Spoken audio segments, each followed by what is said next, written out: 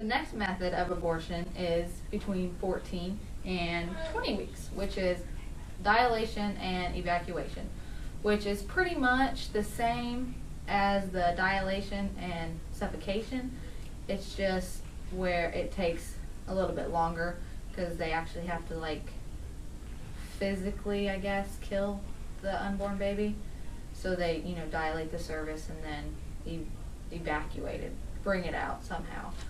And then the next is after 20 weeks, which luckily the abortion rate for after 20 weeks is only about 1% of people that get this done. And it's the worst one, which could be labor induction, which is where they're going to give you Pitocin or some kind of drug that's going to make you go into labor and you're going to have a baby where it just isn't ready to live. So it's going to die. Or the other method, which is just absolutely horrible, is dilation and extraction. Now, which this is where you're going to dilate your cervix to where they can get in there. Then they're going to crush the baby's skull and bring it out in pieces.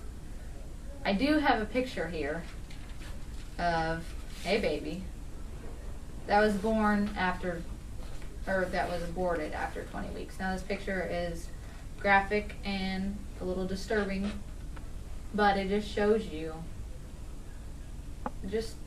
how much of a person an unborn baby really is. I mean, it has arms, has legs, has fingers and toes. You can see its eyes, and if its legs were open, you would be able to tell if it was a boy or a girl.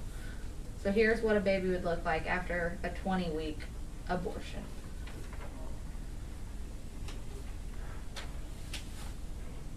Now ask yourself, again, should abortion really be legal? Is there a difference between murder and abortion?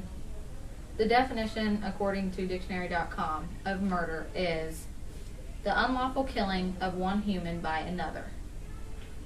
The definition of abortion is the induced termination of pregnancy with the destruction of the embryo or fetus.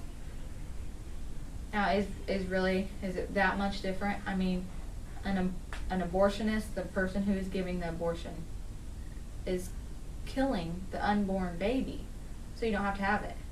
A person who murders somebody is killing another person, so they don't have to deal with it. There's really not much of a difference there, if you ask me. So if you know someone who is considering an abortion, thinking about them, just tell them to consider the different things of abortion, about what they're really losing if they have an abortion. People deserve to have children and to experience the wonderful things about having a child instead of getting scared and backing out and having an abortion. Now, before I had my son, I would have never thought of abortion in the way I do now. But when I found out I was pregnant, no, the thought of abortion never crossed my mind. But it could have, and maybe if it would have, he wouldn't be here today.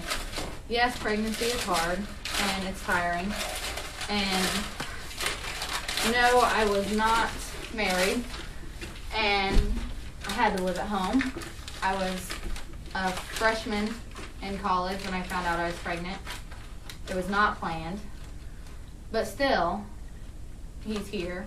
And after going through the 10 months of labor, or 10 months of pregnancy and the labor process, it's all worth it in the end. And I think everyone should have the chance, whether or not you wanted the baby, should have the chance to experience what it's like to have a child and not miss out on everything because you had an abortion.